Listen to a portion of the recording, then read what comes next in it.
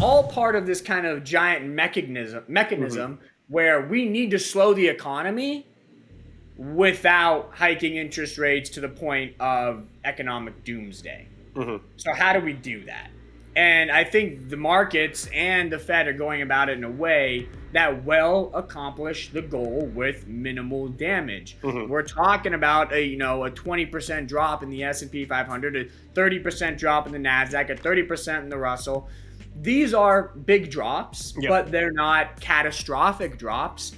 If the Fed were to hike rates dramatically and go absolutely hog wild on that and inflation were to still run hot, we could be looking at 60, 70, 80% drops across the whole market. So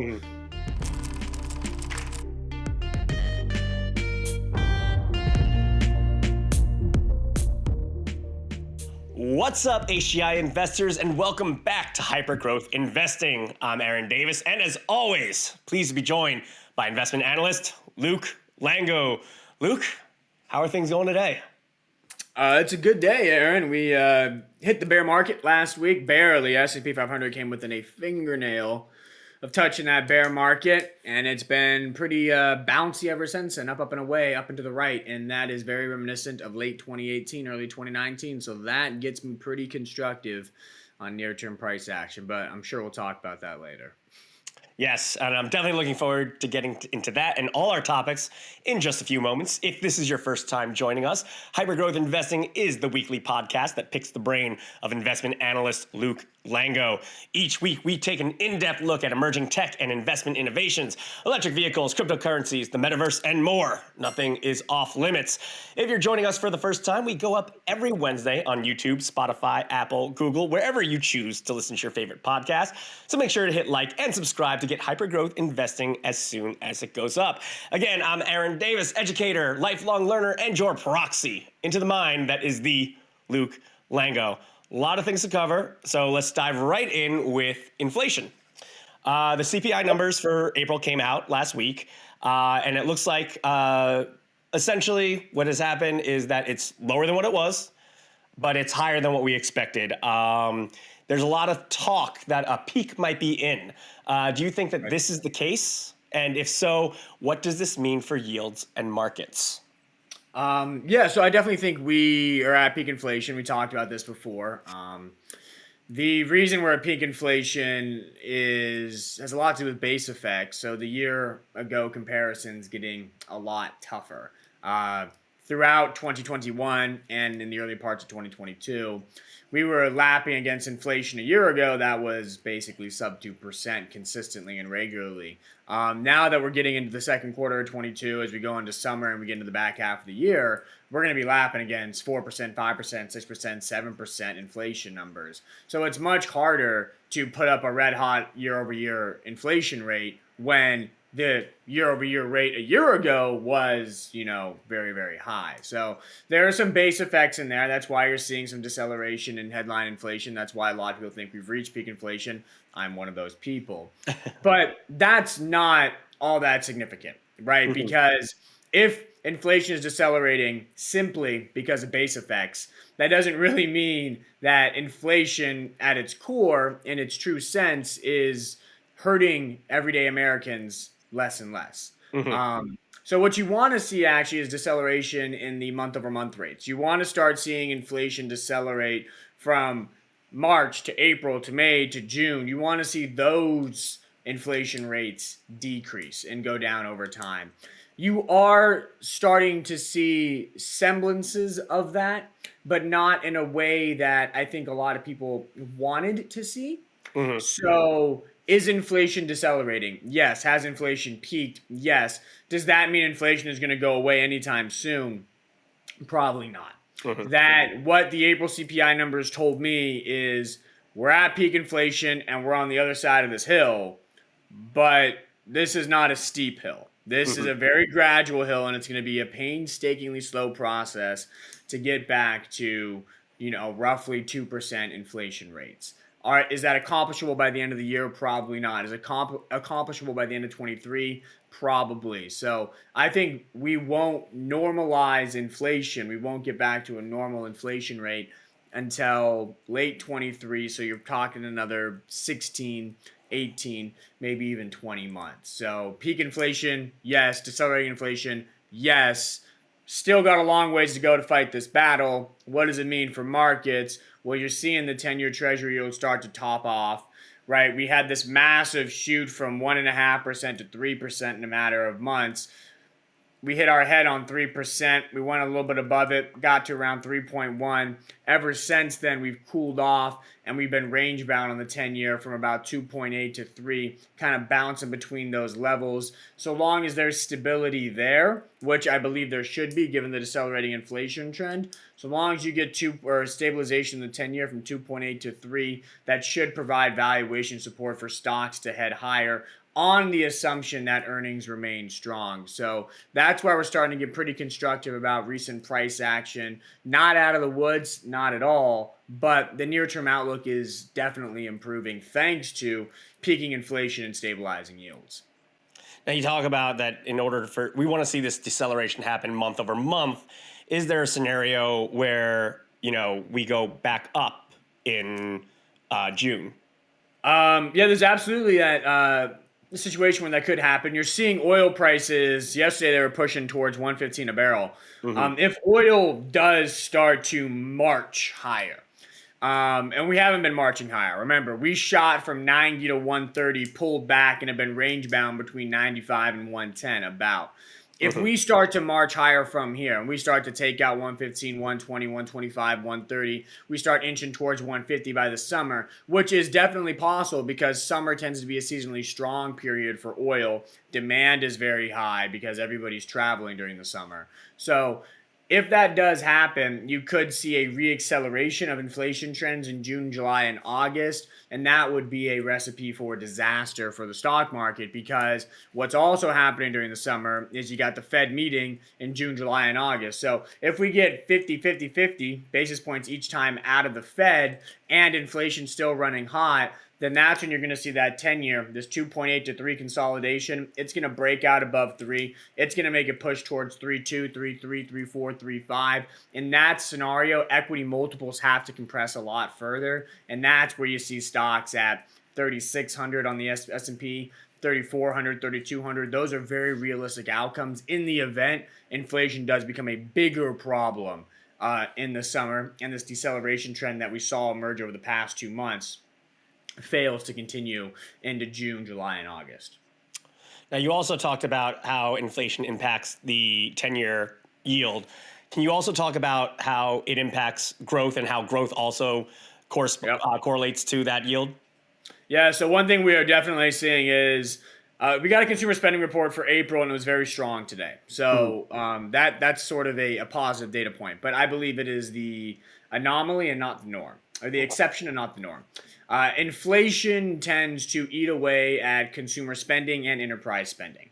That when you're paying more for certain goods that you cannot live without, which is what we're seeing right now. We're seeing inflation in the things that we need to live.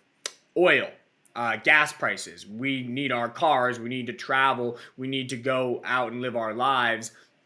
That's a necessary expense that we're all paying up for right now. Food. You're seeing a lot of food inflation. There's a food crisis globally, and you're seeing food supply shortages. You're seeing food prices go up. Obviously, that's something we can't live without. So where you are seeing inflation is in these core items that you, I, and everybody else must pay for over time, right? So it's not like we can say, oh, I'm going to skip groceries this week, or oh, I'm not going to drive my car this week. We have to keep paying for those things. Because of that, the share of our wallet that now goes towards discretionary spending takes a hit. It goes lower.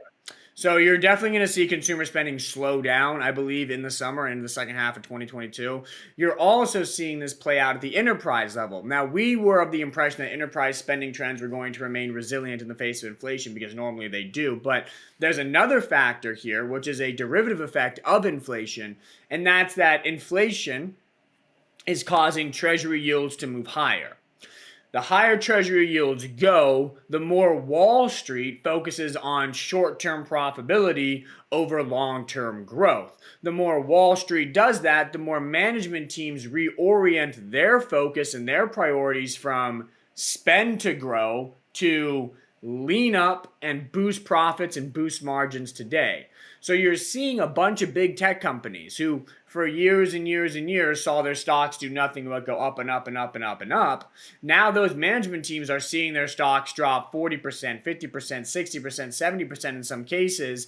And that's Wall Street telling them, stop spending so much. So what are they doing? They are cutting back on spending. You're seeing a bunch of tech companies go through hiring freezes, announce big cost cuts, reduce their capital expenditures. You're seeing those announcements happening now. So what that means is that enterprise spending over the next probably 12 months is going to take a hit as well. The setup then is slower consumer spending and slower enterprise spending, which should lead to lower earnings per share growth out of these companies. Now, as we've talked about before, Aaron, right? What is a stock price? A stock price equals earnings per share times the PE multiple.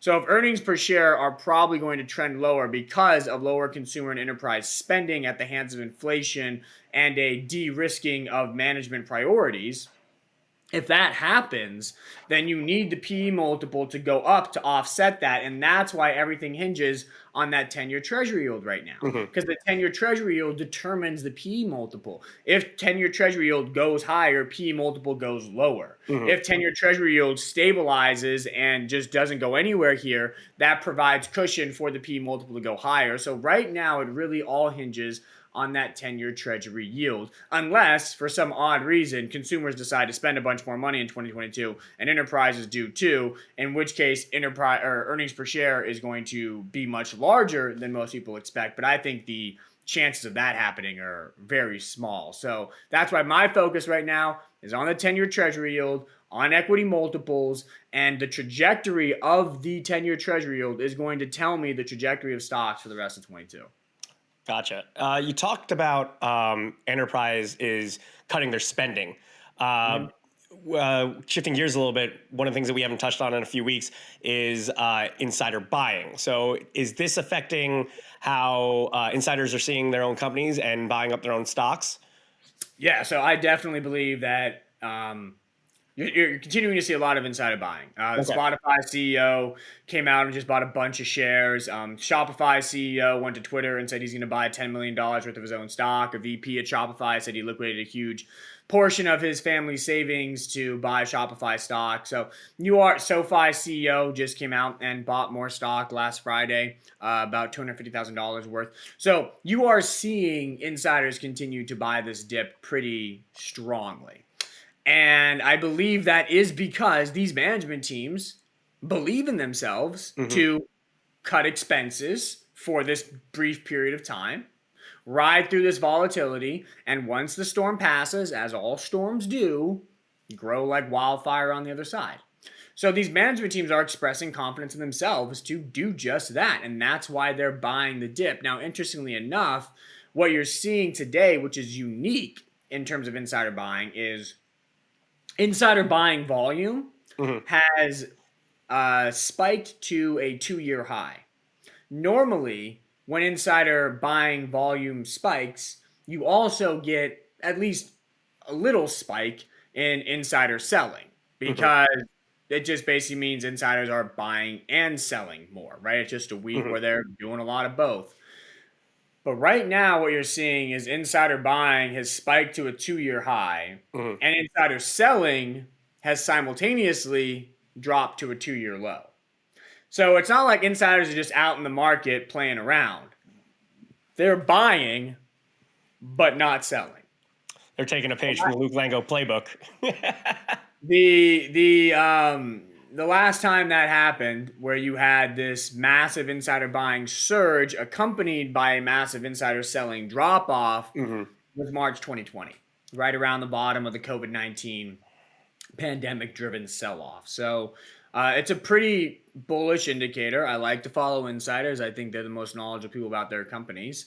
And so the fact that they're buying and the fact that they're not selling does get me pretty constructive about the stocks they are buying. This is not a broad call on the whole market. You Mm-hmm. have to look at what stocks they're buying. They're buying SOFI, right? The Mm-hmm. CEO is going all in there. Spotify, Shopify. You're seeing heavy insider DocuSign. You're seeing heavy insider buying in a lot of these names. Duolingo has some big insider buying. So you got to find the stocks that they're buying, and those are the ones that I would say, hey, this is a good time to double down, triple down, quadruple down, anchor in those names. If you're aligned with the insiders, that's a pretty good bet.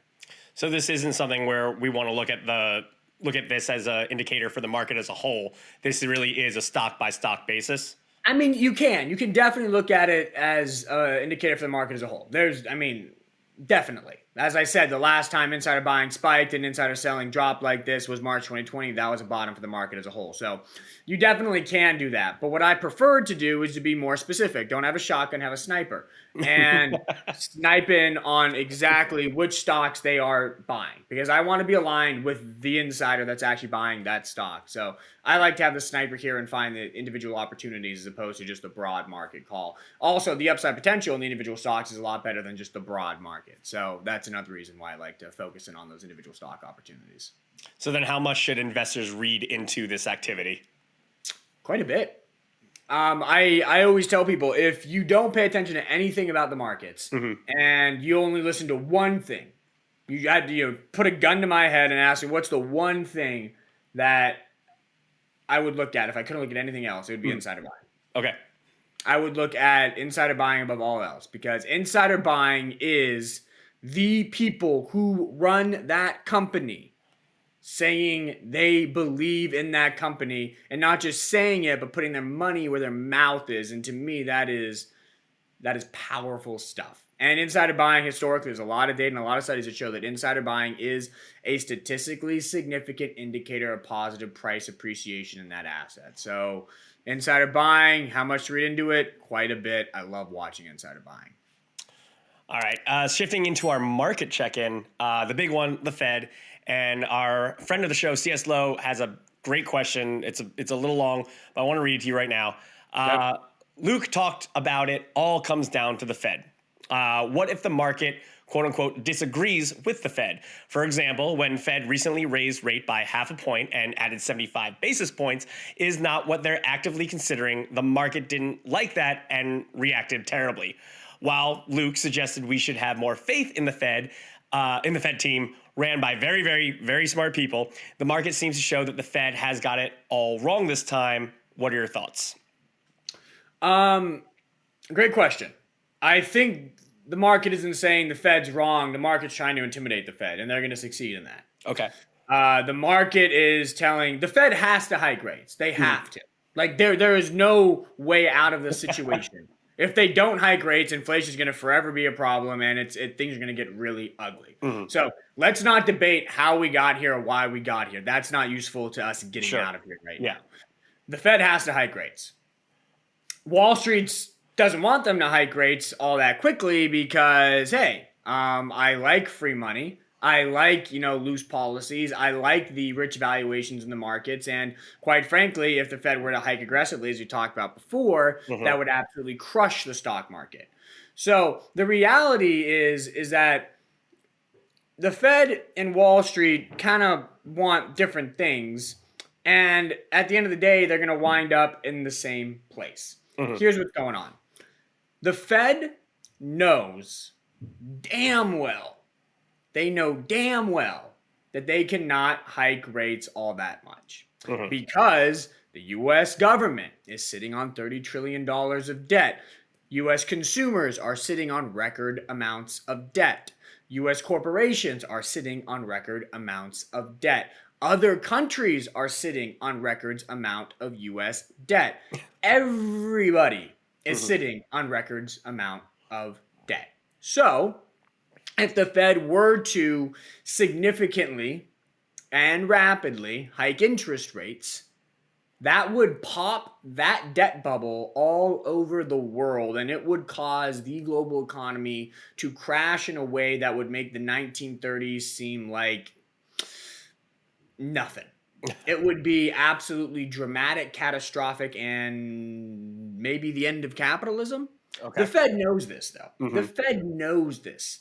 So, what the Fed is trying to do is talk a super tough talk and scare the living crap out of Wall Street, out of companies, out of consumers, so that the economy naturally slows without them needing to hike interest rates. Hmm. So they talk a super tough talk in March, April, May, probably into June. They talk about these 50 basis point hikes. They actually execute a couple of them. They say we're a long way from neutral. They talk this super tough talk, Hmm. knowing that that tough talk is going to, one, hurt the stock market, which is two, going to cause consumers to start freaking out about the economy, and three, cause enterprises to slow their spending. We talked about the effect of this just about 10 minutes ago. Hmm. So that tough talk indirectly leads to an economic slowdown because consumers stop spending as much out of fear that the Fed might send the economy into a recession.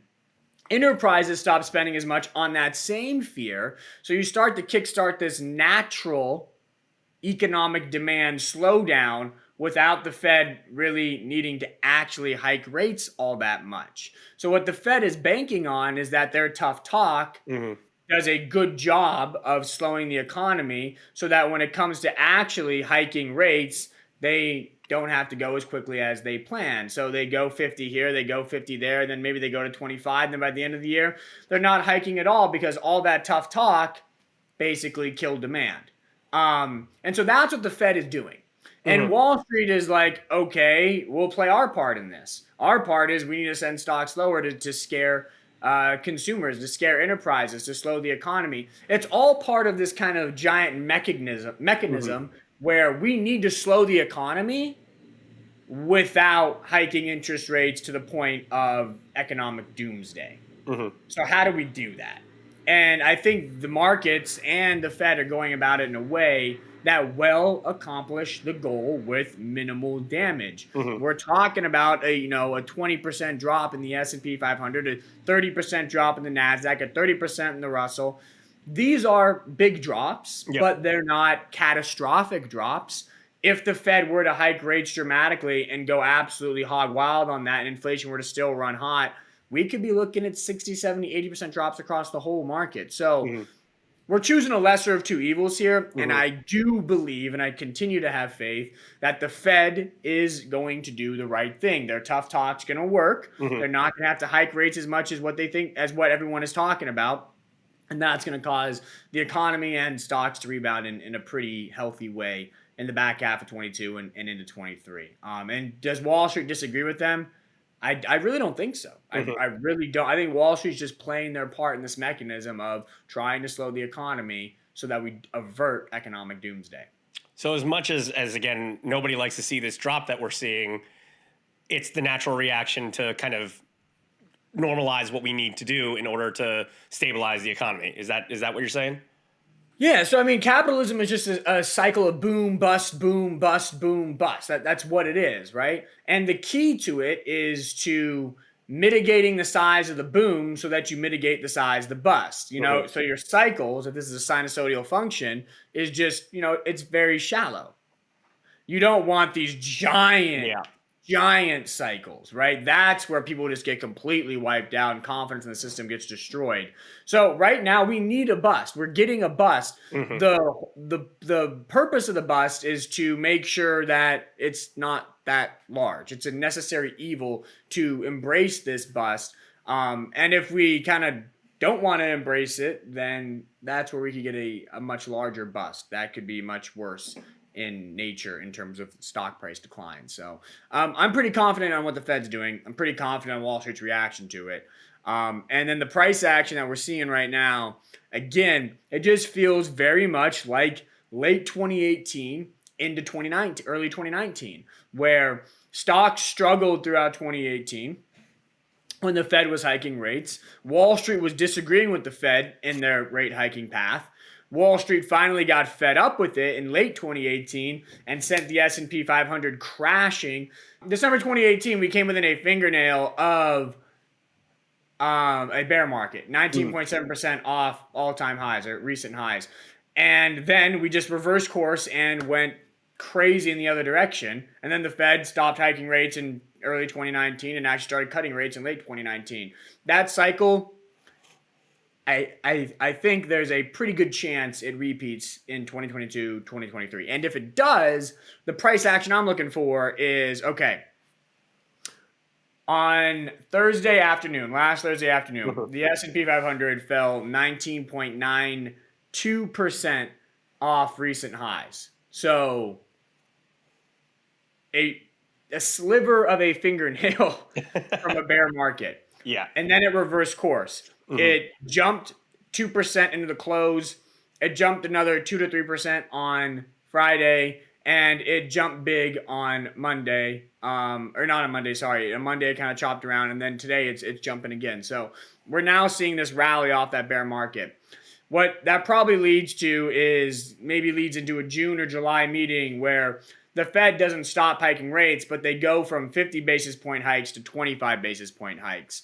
And that supports a further rally in stocks as 10-year Treasury yields continue to stabilize on the expectation of less rate hikes than what is being priced in today. So I think that's a trajectory stocks follow over the next few months.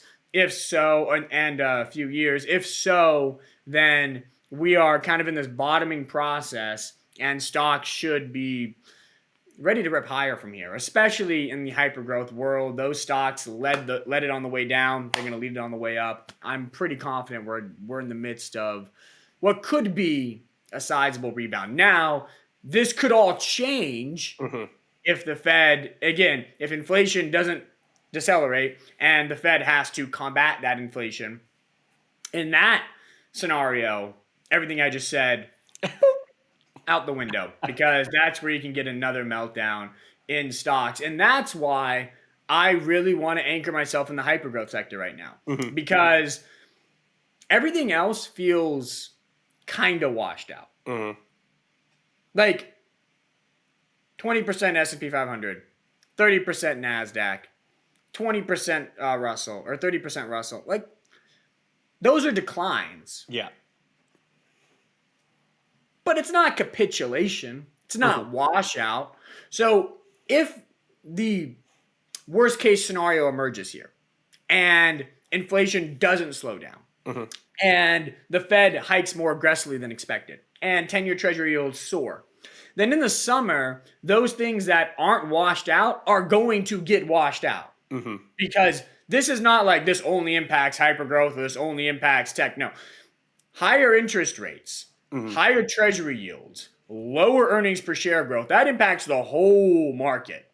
So things that aren't as washed out are going to get more washed out in a worst case scenario. But look at the hypergrowth sector. That's as washed out as it was in 2001, which was the worst washout for hypergrowth stocks ever, well, since the 1930s, really. So you're talking 70 to 80% off all-time highs. The sales multiples over there are 1x to 8x, depending on the gross margin profile. You have insider buying in that sector. So it feels like even if a worst-case scenario emerges in the markets, hypergrowth stocks aren't going to fall that much farther. The risk-reward profile there, your downside is very limited because they're already so washed out. Yet your upside is enormous. Yeah. Truly enormous. So that's why I continue to say what you have to do right now is anchor your portfolio in the highest quality hypergrowth stocks, your favorite hypergrowth stocks, and just ride the trend. Just ride the trend for now.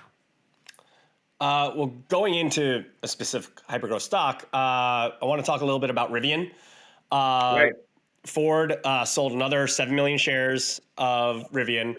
I know we touched on it last week. I believe they initially sold 10 million shares, 7 million. Again, not a huge deal in the 100 million shares that they own.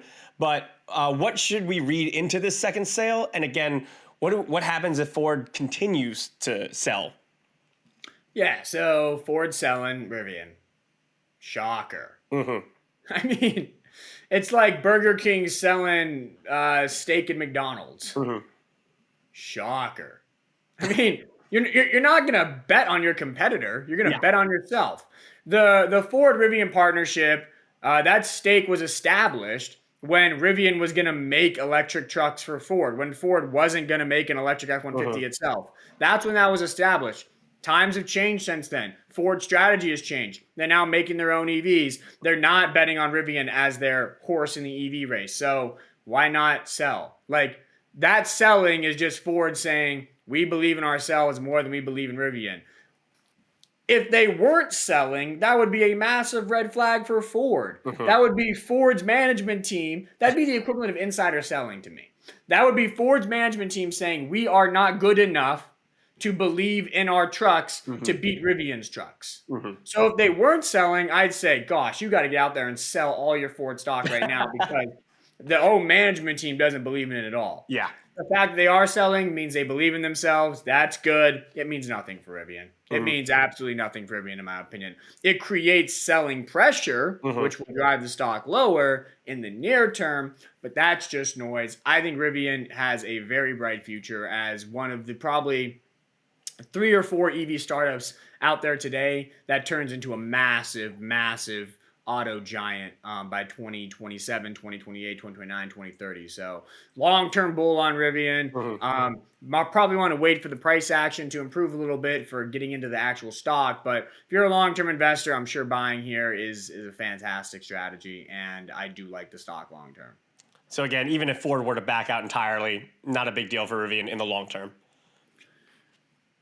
If I told you Burger King had a 10% stake in McDonald's and they were selling that stake, would you really care? No.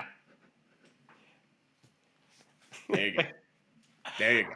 All right. Well, shifting into another specific company, Twitter and Elon. This is actually the first time we've kind of touched on this, but some interesting things have kind of happened in the last few days. Elon tweeted on Friday, Twitter deal temporarily on hold, pending details supporting calculation that spam fake accounts do indeed represent less than 5% of users. And then later that day, he tweeted a follow-up saying still committed to the acquisition. Kind of as a result, or just the way things are going, the stock price was down to around $38.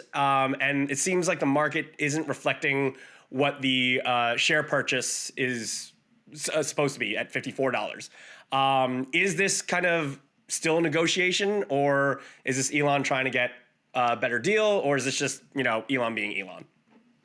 That $54 takeover price is absolutely not going to happen. Okay. That's a pipeline dream. It's not going to happen. Listen, I love Elon. Pioneer, visionary. He's done a lot of good things for the world, but sometimes he just says things without really considering them. And he does things without really considering them. And oftentimes there is blowback that he navigates successfully through. And in this situation, he will personally successfully navigate through this. But will he end up actually acquiring Twitter? I'd say no at this point. Given the string of developments recently, it just looks like what he tried to do is he came out with this massive acquisition price that everybody would be excited about, that he knew Twitter's board could not reject. So he would get them in the bag. And then he found some excuse, the bot thing, to back out of the deal and renegotiate at a lower price, knowing that he's already got the management team in the bag. And so he's trying to now negotiate them with them in the bag down to a lower price. Will he be successful? Maybe, maybe not. At a certain point, probably at the point that Elon wants to buy them, is the point at which Twitter wouldn't want to sell. So are they going to get to an agreement?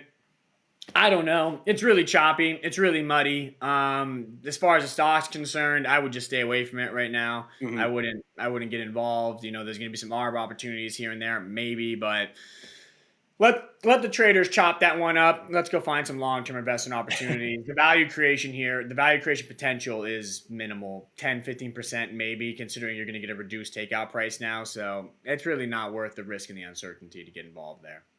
Shifting gears into our crypto check-in. There was a huge collapse last week with Yeah. Terra. What's called they have what's called an algorithmic stable coin. Before we kind of get into what happened with that last week, can you talk a little bit about the difference between normal crypto coins and stable coins? Stable coins are supposed to be pegged to something Okay. for stability purposes. And oftentimes stable coins are pegged to the US dollar. So there's a lot of stable coins out there that are pegged to match the value of the US dollar. One stable coin equals $1, and they use some collateral assets to ensure that stability. The Terra wipeout was because, well, no one really knows exactly why, but our theory has to do with the fact that their collateral was they were massively under collateralized for that stable coin. Hmm. So when things started to get uncertain, it created a massive wipeout. And that under collateralization is a warning signal to other stablecoin projects out there that they need to, if anything, be over collateralized for their stablecoins. Gotcha. So again, $40 billion wiped out in days. We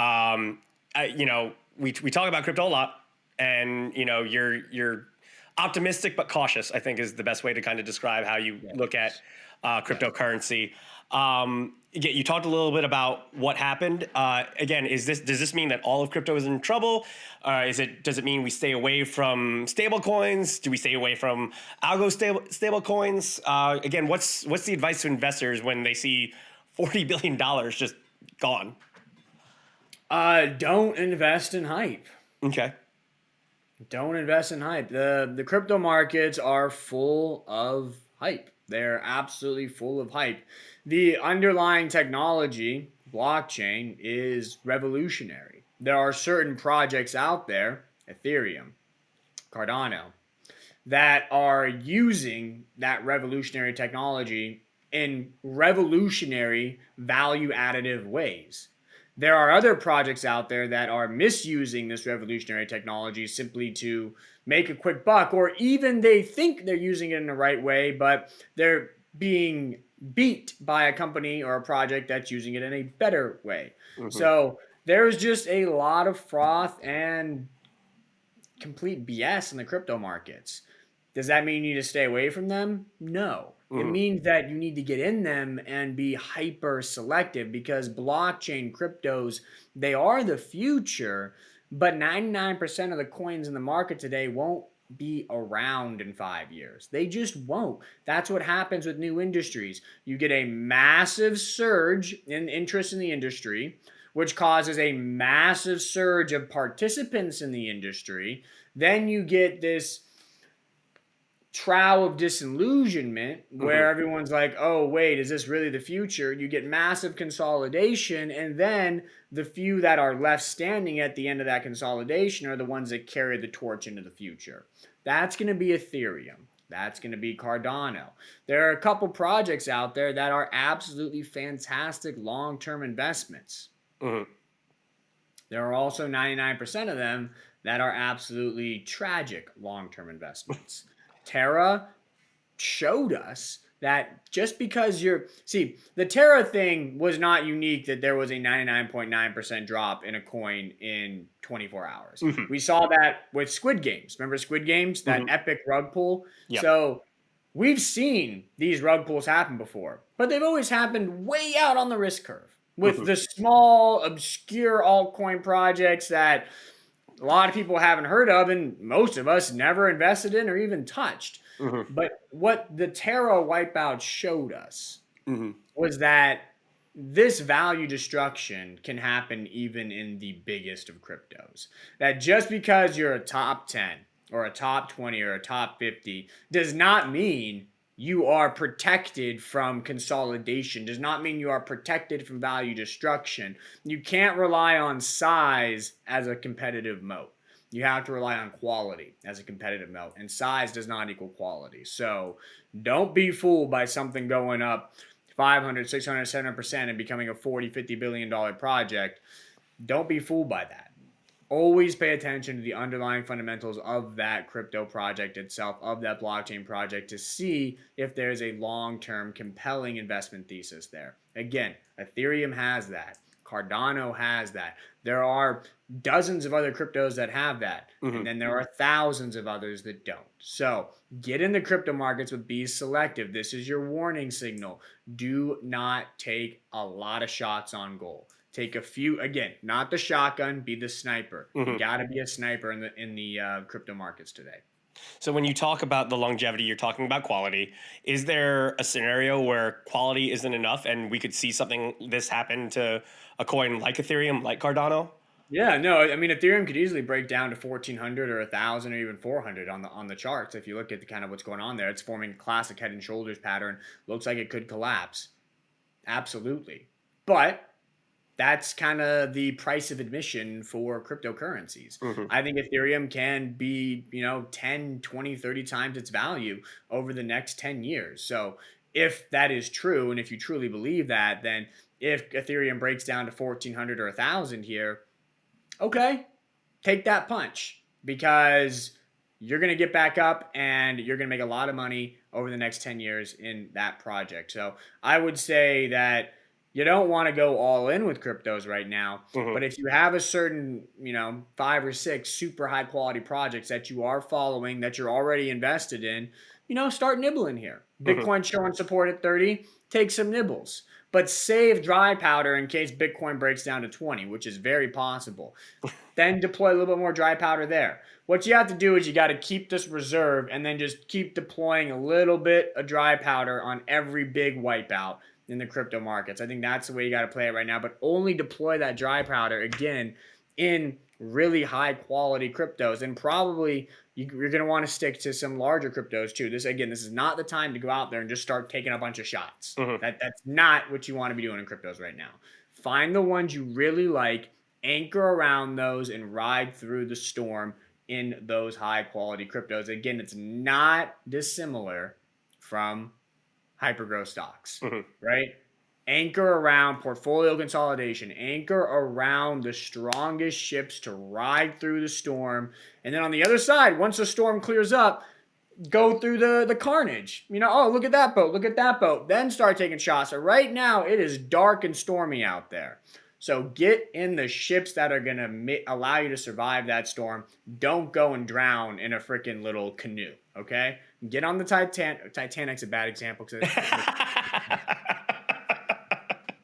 Terra was the Titanic. Get on some giant, I don't know, Norwegian cruise ship or something. I don't know. Yeah. I don't know my boats, Aaron. I don't know my boats. Get on a big ship that is not going to sink and ride through the storm. Subsequently, take your shots on the other boats. Well, this kind of dovetails into our first fan question from Mia T, who asks, "Hi, Luke. When will Bitcoin actually step up and act as this hedge against inflation, as a digital gold and a go-to in unstable, rocky times?" Yeah, no, not this cycle. Sorry, Mia. Not this cycle. The follow-up is, how low can Bitcoin go in this bear market? Yeah, so I mean, we technically believe Bitcoin is not destined, but very likely to break down to 23. It is showing some strong support here at 30. That's bullish. But, we broke 30. We got to 29, 28. We kind of got into the 27 range. That sort of action makes us think that a breakdown to 23 is probable. So we think that, let's say there's a 40% chance Bitcoin holds here at 30. And there's probably a 60% chance it breaks down to 23. So we have the levels. We have 23, 17, and then 10. Those are the ones we're looking at. We think 10 would be the final wipeout if we ever get there.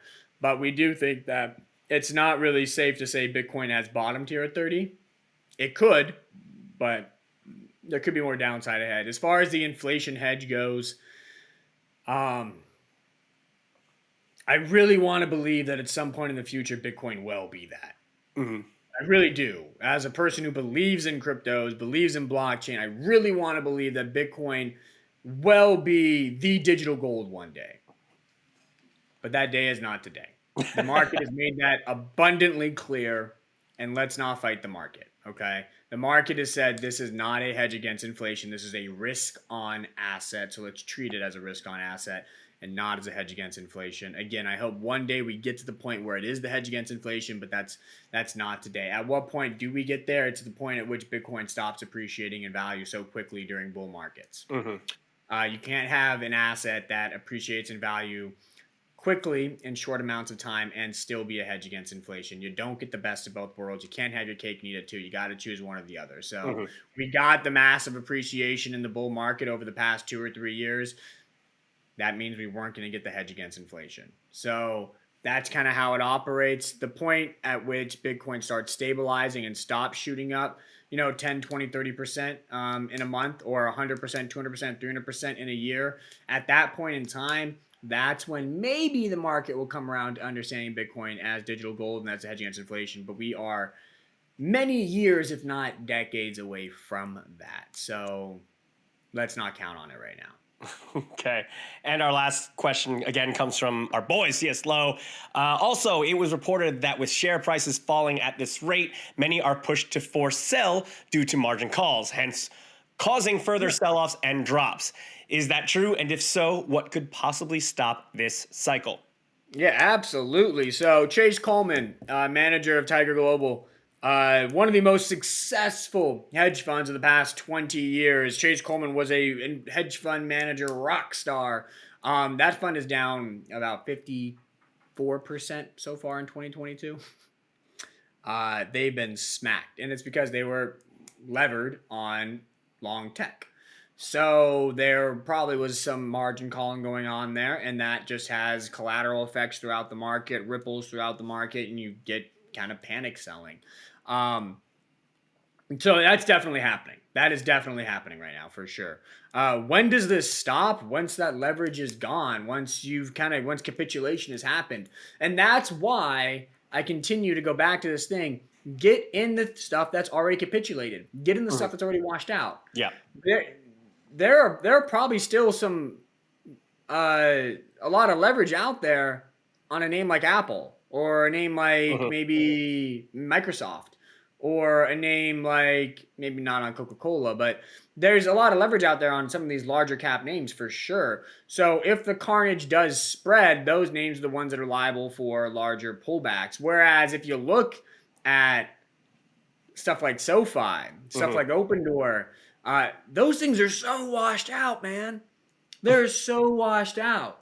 They are so beaten up, yet their companies are performing fantastically. Open Door just reported like 600% revenue growth. They're crushing it. SoFi is absolutely crushing it. They just raised their full year revenue guidance. So those companies are absolutely crushing it. Their stocks are absolutely wiped out. I think that if there was any margin calling going on, which there probably was, that's done. Those stocks have capitulated. And even in a worst case scenario, further downside looks pretty limited.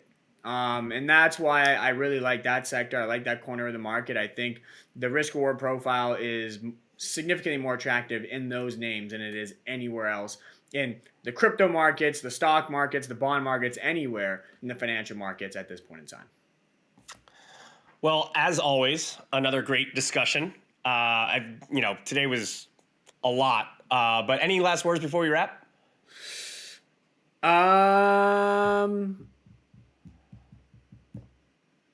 Aside from that, you're going to learn about boats, and you got to take care of your tongue. I need to learn about boats. Yeah, dude, that hurt. That was a nasty bite. kind of been talking weird ever since then too. I'm nervous to bite it again.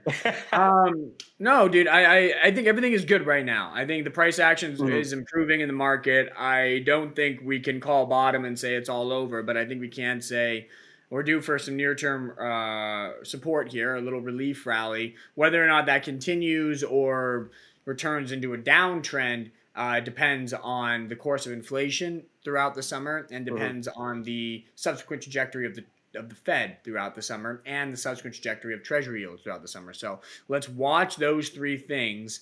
If they shape up in a bullish manner, this relief rally is the beginning of a big bull market. If they don't, this relief rally is going to go back into a downtrend. At some point, you are going to get a reversal and a U-turn back into a very strong bull market, but that may not be here. That may not be now. Having said that, it feels like the hypergrowth corner of the market is so washed out that even if we do get a further bear market descent, downside in those names is pretty limited. Gonna preach what I've been preaching. Get in those names, stay with those names. Great risk reward profiles. Well, great. And thank you everyone for listening. Please, if you have any comments or questions for Luke, leave them in our comments section. We'd love to hear your feedback on what topics you'd like us to cover and see if we can answer any of your burning questions like Mia T and CS Low. Until then, please don't forget to hit like and subscribe, and we will see you next week. Bye, all.